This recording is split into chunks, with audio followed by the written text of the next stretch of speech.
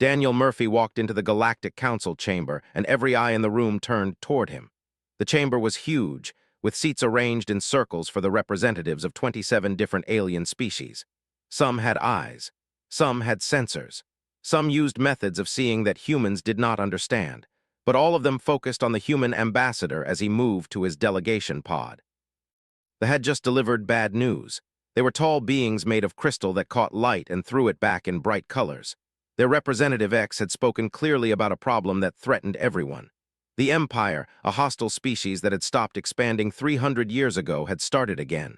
They were using machines to change a whole planet. The planet belonged to a peaceful species that could not fight back. Though were important, they had only recently joined the Galactic Council. Their people were kind and worked hard to be good members of the community. But there was a problem. The population had many young ones. Nearly 40% of their people were children who could not protect themselves. They did not care about this. Their machines were destroying tearing apart the ground and changing the air itself. They were dying. Their children were dying. The council had spent 6 hours talking about what to do.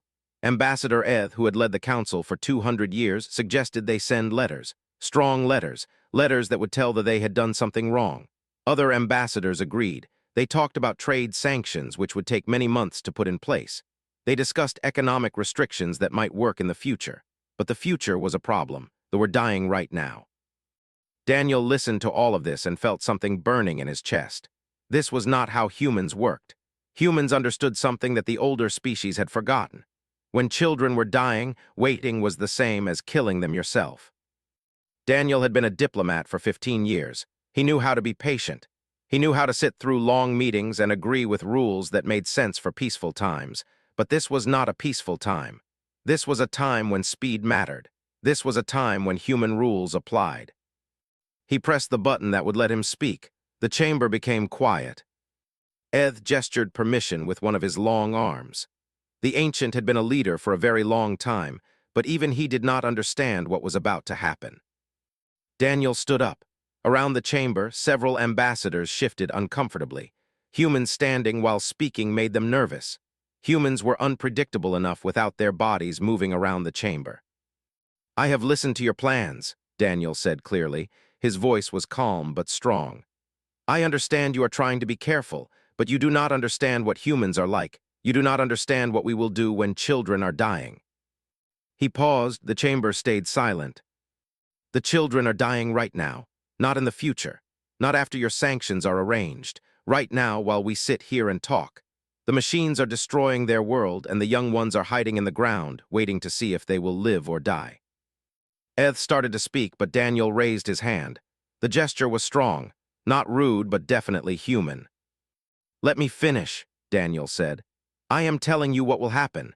Humanity is going to send military ships to we are going to stop we are going to destroy their machines and push their soldiers off that planet. And we are going to do it within the next few hours, not the next few months." The chamber erupted with noise. Some ambassadors were angry, some were confused, some were both. A Vex representative, a creature with too many limbs and not enough patience, started to shout. "You cannot unilaterally attack a member species of the Galactic Empire. This will cause war. This will destroy the peace we have built." "There is no peace worth keeping if we let children die," Daniel replied. His voice never changed. It stayed calm and clear. "The Galactic Council has 12 hours to formally condemn the actions and demand they stop immediately. If you do this, the Council has acted. Humanity will support the Council's decision, but if you cannot find the courage to speak, then humanity will act alone." He looked around at all the ambassadors. "And I want you to understand what that means. When humans say, 'Hold my beer,' the galaxy needs to be afraid. You know our history. You read our files. You know what humans are capable of when we decide something is worth fighting for." Daniel stepped down from his pod. He did not wait for a response. He did not need to. "The human delegation is filing formal notice with the council," he said as he walked toward the chamber doors. 12 hours. That is what we are giving you. Use it wisely." Behind him, the chamber descended into pure chaos. Ambassadors were shouting in their own languages and through translation systems.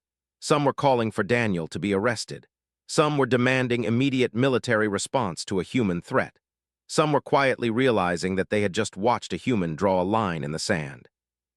And some, the older and wiser ambassadors, were remembering Earth's history. They were remembering wars that humans had fought, revolutions that humans had started, the incredible things humans accomplished when they said they would do something and meant it completely. Eth sat in his ancient chair and said nothing. He had been a leader for 200 years. He had seen empires rise and fall, but he had never seen an entire species shift its purpose with such absolute clarity. The humans had stopped trying to fit into the Galactic Council's rules. They had decided to set their own rules instead. And the galaxy, for the first time in recorded history, was afraid of humanity. Not because they were the strongest, not because they had the biggest weapons, but because they had clarity about what they were willing to die for. And they had the skill and courage to back up their words. Captain Lisa was eating coffee and a sandwich in the command center when the message came through. She was a small woman, 5 feet 2 inches tall, with red hair and a way of speaking that made people from the southern United States feel at home. Nobody who looked at her would think she was one of the most dangerous military officers in human space. That was exactly the way Lisa liked it. The message was encoded with the highest security. Only humans could read it. Only the top military commanders were supposed to see it. Lisa read it once, then she read it again. Then she called for her first officer, Commander Park. Arrived 3 minutes later. He was tall, quiet, and the best tactical officer in the human fleet. When he read the message, he let out a low whistle. Murphy declared war, said. His voice was calm, but Lisa could see his hands moving faster than usual. No, Lisa corrected. He gave the Galactic Council an ultimatum. They have 1 hour and 50 minutes to act. If they don't, then we go. And if they do act, asked. Lisa smiled. Then humanity has successfully pushed the Galactic Council to do something right. Either way, we win. But I think we both know the Council isn't going to move fast enough. They never do. Pulled up the tactical files on what they saw made both of them understand the urgency. The terraforming machines were operating at full power. The ground was being torn apart. The machines were pumping new chemicals into the atmosphere. And underneath all of this destruction, in deep caves, they were hiding with their children. They had 500 ground troops. They had orbital support vessels that could shoot at anything in the sky. They had defensive systems. What they did not have was experience fighting humans. Run me a probability assessment, Lisa said. How good are our chances if we strike those machines without hitting any shelters? His fingers moved across the holographic displays. Numbers and calculations appeared in the air between them. Blue lines traced possible attack patterns. Red zones showed areas where they were hiding. 98.6% chance of success without casualties, reported. If we assume standard defense patterns and no technology we haven't accounted for. I want 99.2%, Lisa said, and I want it done in the next 50 minutes. What Lisa did not tell was something she understood in her bones. The human government had been waiting for this moment since humanity joined the Galactic Council, not hopping for war. Humans did not want to fight, but prepared for it, because the people who ran human military understood something basic about the species. Humans did not fear, not in the way aliens feared. Humans had hope, and hope made them dangerous to anyone who thought they could predict human behavior. The SCS Defiant was humanity's answer to alien superiority. While other space navies were building huge ships, human engineers had gone a different direction. The Defiant was smaller. It was faster. Its weapons could hit a target from a distance that would confuse other species. But more important than any of this was the crew. The 600 people who served on the Defiant were trained for situations that seemed impossible. They had practiced for years. They knew how to work together without thinking about it. They moved like one organism with one purpose. Lisa moved through the ship at a fast walk, not running, which would cause panic, but moving with purpose that the crew understood immediately. Every person she passed knew something was happening. The Defiant was about to go to war. She reached the bridge. The crew was already moving into position. No orders had been given yet, but every human on the ship had understood the message. They had trained for this. They had waited for this. Now it was time to do it. Lisa said as she sat in the command chair, "Send a message to the Galactic Council. Tell them humanity is mobilizing forces for immediate deployment. Tell them we are giving them 53 minutes to act. If they condemn actions and demand immediate cessation, we support the Council. If they don't, we act alone." The message was sent. The response that came back was slow and confused. The council wanted clarification. They wanted to know what humanity meant by mobilizing forces. They wanted to discuss this further. Lisa did not wait for them to finish their discussion. She had waited long enough. The children had waited long enough. Launch sequence begins in 5 minutes, she announced to her crew. Weapons teams, I want precision targeting on every terraforming device. Any mistake that hurts is a failure. Any soldier we let escape because we were not careful enough is a failure. We are going to do something that the galaxy thinks is impossible. We are 600 humans on one ship. They have hundreds of soldiers, but we are smarter. We are faster. We have trained for this, and we will not fail. The Defiant shuddered as the massive engines began to activate. Power flowed through the ship like blood through a living body. The quantum reactors that powered human technology started to spin up. These were not like anything the galaxy had seen before. They operated on principles that alien scientists barely understood. Time to arrival at space? Lisa asked. 18 minutes, reported. They are maintaining normal orbital patterns, no indication they know we are coming. They will know in 14 minutes, Lisa said. She was calm. Her hands were steady. Her mind was already moving through the battle that was about to happen. And at that point they can stand down, or they can learn what humans mean when we say, hold my beer. The alarm on every frigate sounded at the same moment. Not a gentle warning, not a suggestion to pay attention. A full emergency alert that meant hostile contact. Hostile contact meant something was trying to kill them. Commander of the 4th Fleet did not move fast. He had been a soldier for 40 years and a commander for 20. He did not panic, but he did feel something that might have been surprise. They had no military. They could not fight, so who was attacking? He turned his head toward the detection officers, was not shaped like most species. He had no eyes in his face. Instead, his body was covered with sensing organs. 20 small eyes opened across his body when he wanted to see something. When he was angry, all 40 eyes opened at once. Right now, he opened 20. Tell me what you are seeing, he ordered. One of the detection officers turned around. The officer was young, only 12 years old in age. He still had the nervous energy of someone who had not learned to accept death as part of the job. We have a human ship approaching, the officer said. His voice was uncertain. The SCS Defiant, registered as a human military vessel. They are accelerating toward the terraforming grid. Consider this information. The humans had one ship. They had 5 orbital frigates. Each frigate was larger than the human vessel. Each frigate had more weapons. Each frigate had more crew. They had ground forces as well. 500 soldiers, advanced weapons, defensive systems that could protect against attacks from space. The humans had one small ship. Identify them, ordered. Tell them they are in violation of space. Tell them to retreat or we will open fire. The message was sent through the standard channels. The response came back quickly. It was transmitted in perfect, which was surprising. Not many humans bothered to learn. The Galactic Council condemns your actions. Cease terraforming immediately and withdraw all military personnel. You have 90 seconds. Stared at the message. 90 seconds. The human ship was giving the Empire 90 seconds to surrender. This was either the bravest thing he had ever encountered or the most foolish. He ordered his fleet to prepare for combat.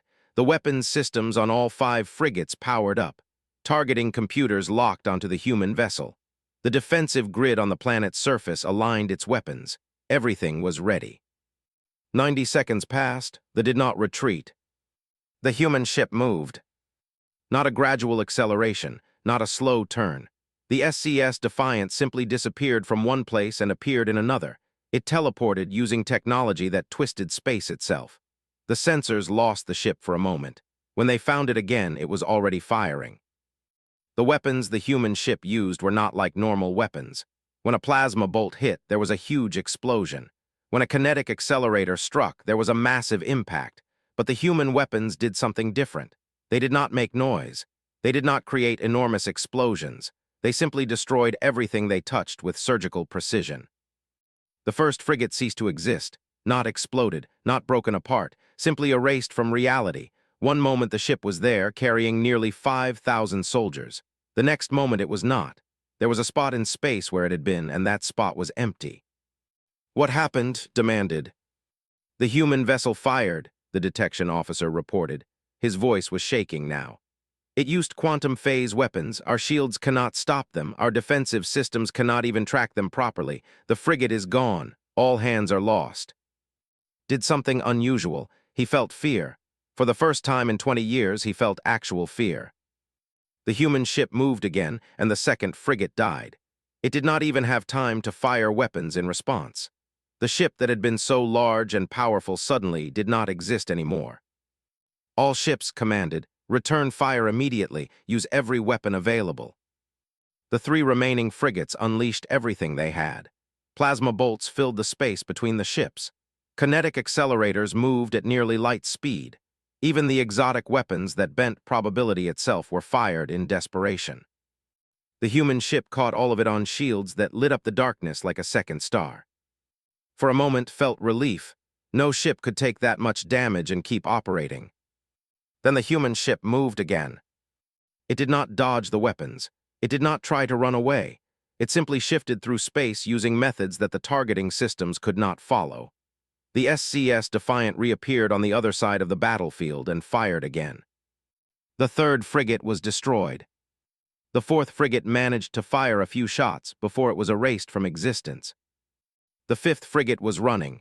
The commander understood that this was not a battle that could be won. This was a massacre. One human ship was killing the military like a hunter killing prey. It was faster, it was smarter, it was more deadly. Withdraw ordered. All remaining forces retreat to jump points immediately. Leave the terraforming equipment. Abandon the ground troops. We are retreating. It was over in 14 minutes. The SCS Defiant hung in space above its shields were glowing from the power they had channeled, but they were holding. The ship had suffered minimal damage. There were no casualties among the human crew. The terraforming equipment on the planet's surface lay in pieces and ruins. The soldiers who had invaded the world realized they had no support. They realized they were going to die if they did not surrender immediately. Below in the deep caves that came out from their hiding places, they looked up at the sky and saw the human ship. They understood what had happened. Their children were alive because of the humans.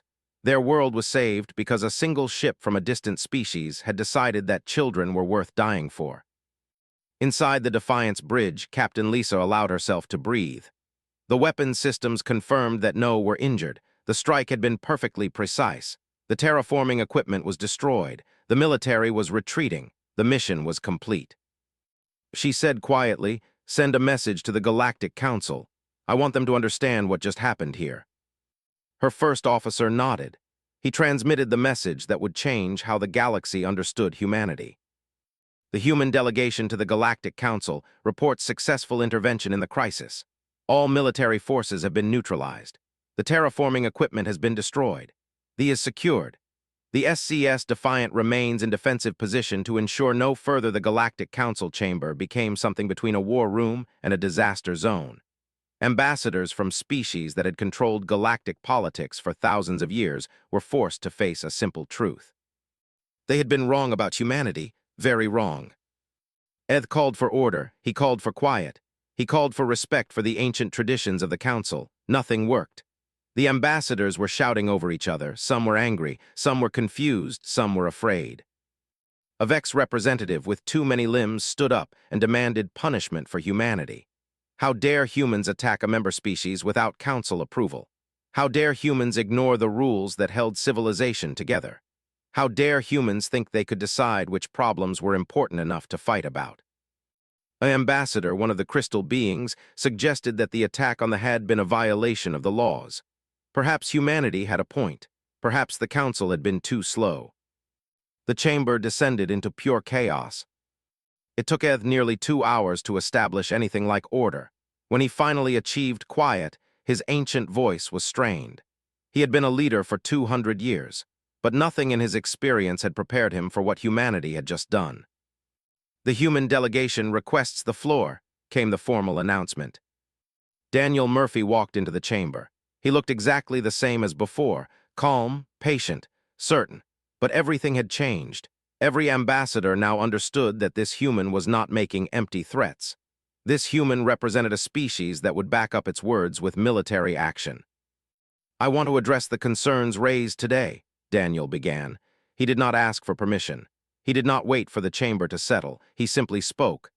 But first, I want you to understand the basic difference between humanity and the rest of this council. He paused. His eyes moved across the chamber, making contact with ambassadors from every major species. The children would be dead right now if this council had done what you wanted, Daniel said. His voice was quiet but strong. They would have continued their terraforming. They would have been extinct in a matter of weeks. The children would have died in the dark, hiding in caves, waiting for a rescue that the Galactic Council was too slow to provide. An ambassador tried to interrupt. Daniel held up his hand. You do not understand what we are, Daniel continued. Humans come from a world where survival is difficult, our planet is harsh, the weather tries to kill us. The animals are dangerous, starvation is a real possibility. We evolved in a situation where running away from problems did not work, so we evolved to face our problems, to solve them, to protect our young, to sacrifice for others if that is what it takes.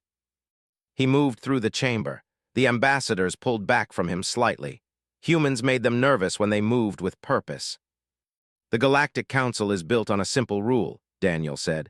Every species protects itself first. Safety comes from threatening other species. Peace comes from balance of power. But humanity brought a different value to this council.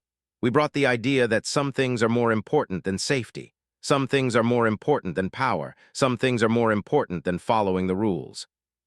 The Vex representative stood up. You violated the Treaty of Dimensional Peace. You attacked a member species without authorization. You have created a situation that could lead to galactic war.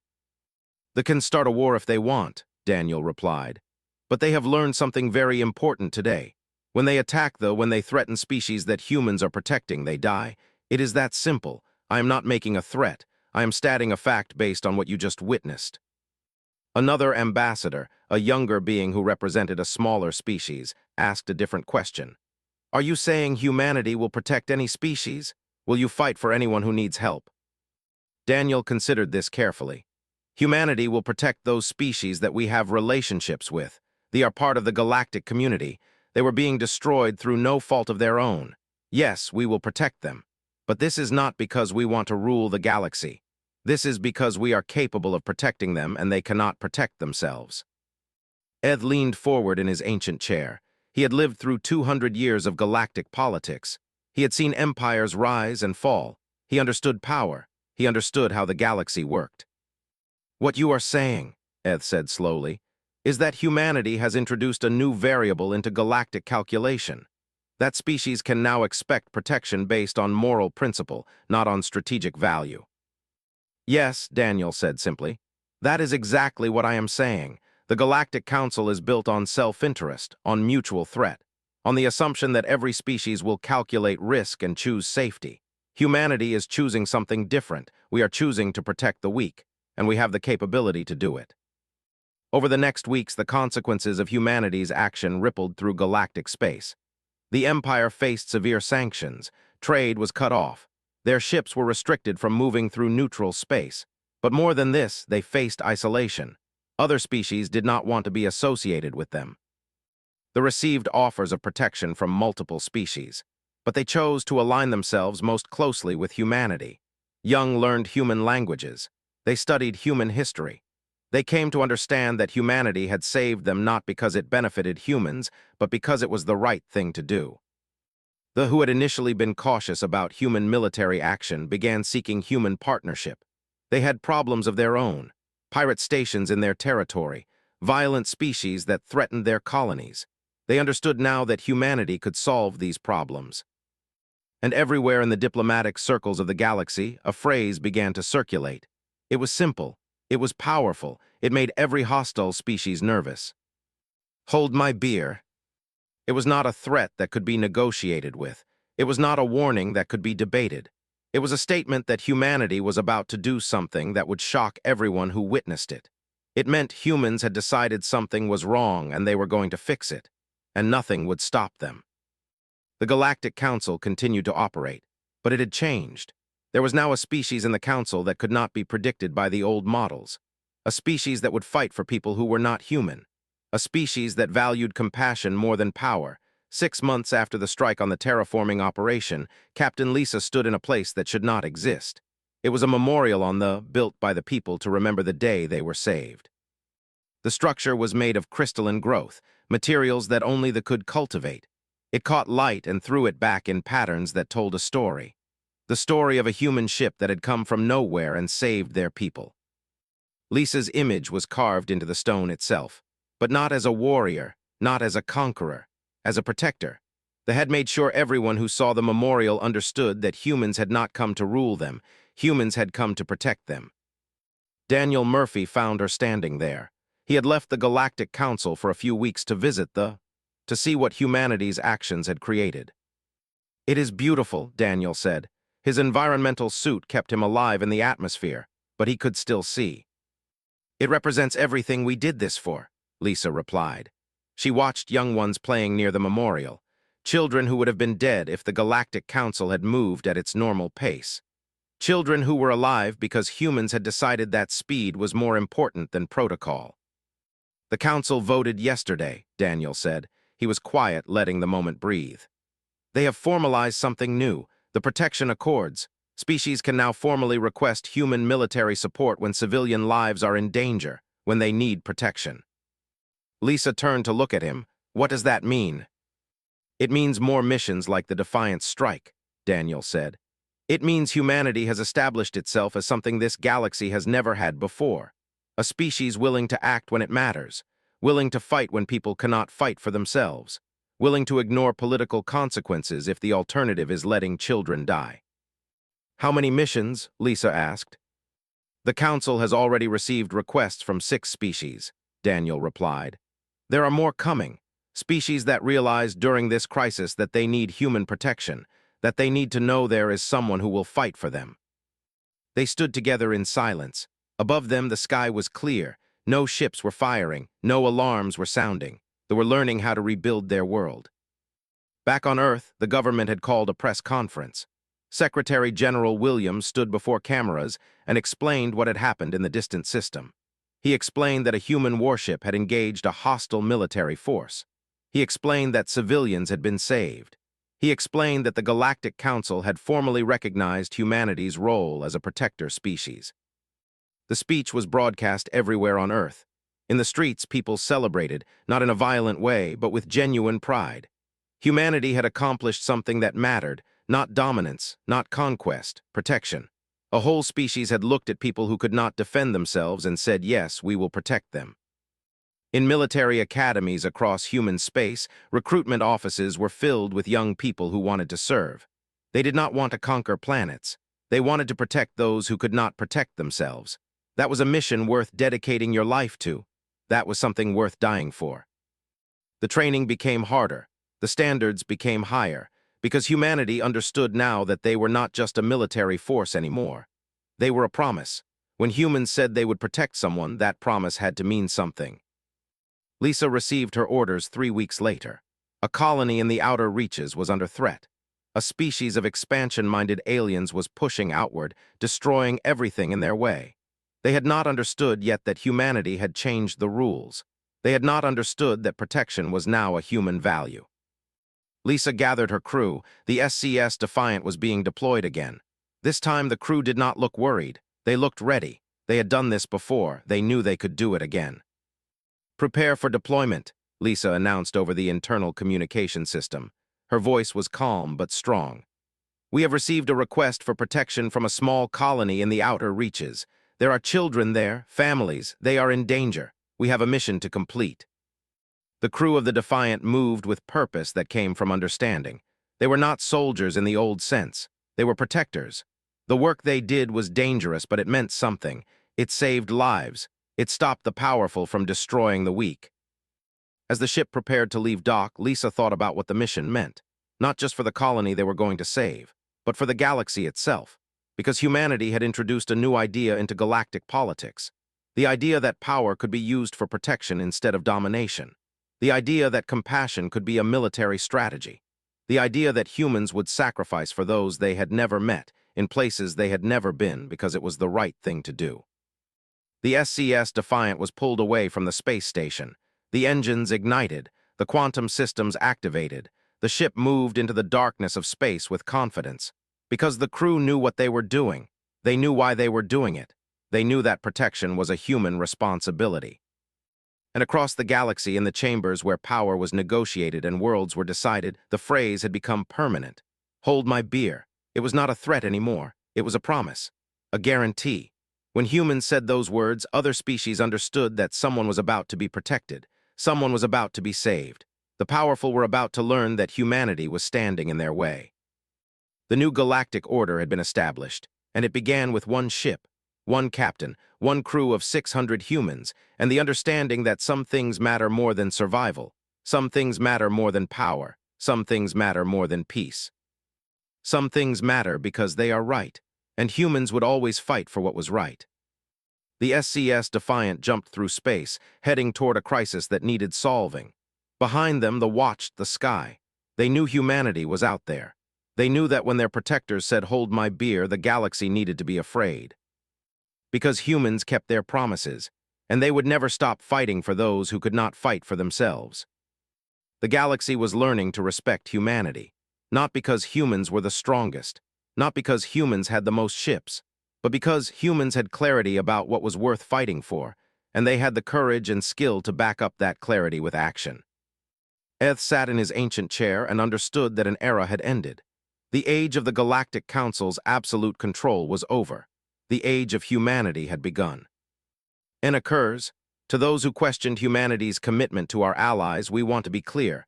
When humans say, "Hold my beer," we do not make threats. We make promises, and we keep them. Humanity stands ready to protect those who cannot protect themselves, no matter what the cost is. The message was sent, and the galaxy received it. And the galaxy, for the first time in recorded history, truly understood what humans were capable of doing. The ship moved through space like a hunter. 600 humans ready, one ship prepared, and somewhere below them, children in caves hopping that someone cared enough to save them. The countdown was already started. 50 minutes until humanity proved that it had changed. 50 minutes until the galaxy learned what humans were truly capable of. The 12-hour countdown had begun, and every ambassador in the chamber knew that humanity meant what they had said. This was not a negotiation. This was not a threat. This was a promise. When humans said, "Hold my beer," they did exactly what they promised, and the galaxy was about to learn what that meant.